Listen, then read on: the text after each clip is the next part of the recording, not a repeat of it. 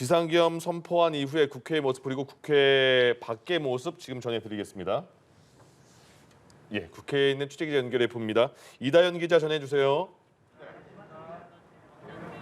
결론적으로 7표에 대해 추가 찬성표가 5표 더 나오면서 네, 조금 전 윤석열 대통령에 대한 두 번째 탄핵 소추안이 국회 본회의에서 가결됐습니다.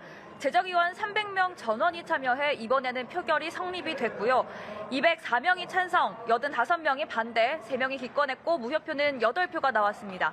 탄핵안이 가결되려면 국회 제적의원 3분의 2 이상인 200명이 찬성해야 하는데 이 요건을 충족하면서 탄핵안이 국회를 통과한 겁니다.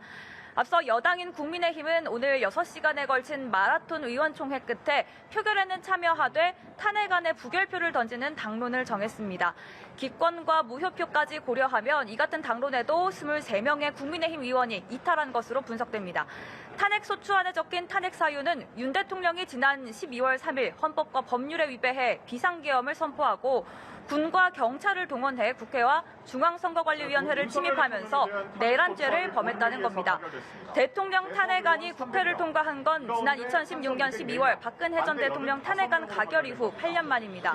오늘 탄핵안 가결로 윤석열 대통령은 헌법재판소가 선고를 내릴 때까지 대통령 권한이 정지됩니다. 대기하던 민주당 당직자들과 보좌진들이 네, 범야권 의원들의 찬성만으로는 탄핵 소추안이 가결될 수 없었던 만큼 본회의 직전까지 결과를 예측할 수 없는 상황이었죠.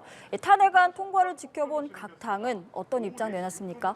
국회 본회의가 시작됐고 탄핵안이 상정됐습니다. 윤 대통령 탄핵 소추안 통과에 야당은 환호했습니다. 우선 윤석열 대통령 탄핵 소추안을 주도해온 더불어민주당은 국민과 민주주의의 승리라는 입장을 밝혔습니다. 박찬대 원내대표는 본회의가 끝난 직후 내란 특검이 빠르게 구성돼 수사가 진행될 수 있도록 모든 노력을 기울이겠다. 탄핵 인용을 반드시 이끌어내겠다고 밝혔습니다. 끝까지 탄핵안 반대 당론을 정했던 국민의힘에서는 당혹스러운 분위기가 감지되는데요. 국민의힘 조경태 의원은 한동훈 대표가 국민만 보고 가겠다고 했고 그 뜻이 반영된 것 같다며 대통령이 탄핵까지 오게 된 부분에 대해 당이 무겁게 받아들여야 한다고 말했습니다.